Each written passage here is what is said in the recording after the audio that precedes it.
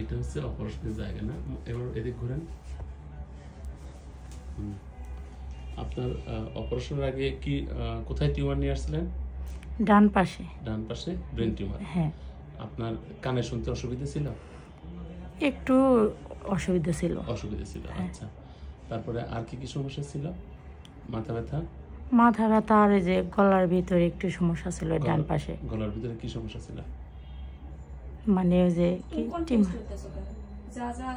মানে যে গলার ভিতরে ডান পাশে একটু মানে ঢোক গিলতে একটু ব্যথা লাগে। ঢোক গিলতে ব্যথা হইতো, আর হচ্ছে আপনার এই মাথা ব্যথা ছিল, আর কানে শুনতে অসুবিধা। হ্যাঁ জি স্যার। আচ্ছা, আমরা অপারেশন করলাম কতদিন আগে?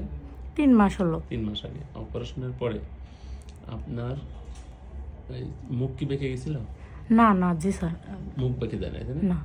তাহলে আপনার কানে শোনার কি উন্নতি হয়েছে?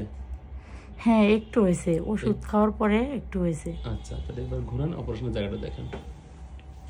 আমরা কানের পিছনে এখানে আমরা অপারেশন করছি, তাই না? জি স্যার। সিপ্রিয়াঙ্গেল টিউমার, আলহামদুলিল্লাহ ফেসিয়াল পলসিও নাই এবং হিয়ারিং ইমপ্রুভমেন্ট হয়েছে। আপনার অপারেশন খুব ভালো হয়েছে আলহামদুলিল্লাহ। আপনি কি বুঝতে পারছেন অপারেশন ভালো হয়েছে? জি স্যার বুঝতে পারছি। খুশি? জি স্যার। আলহামদুলিল্লাহ।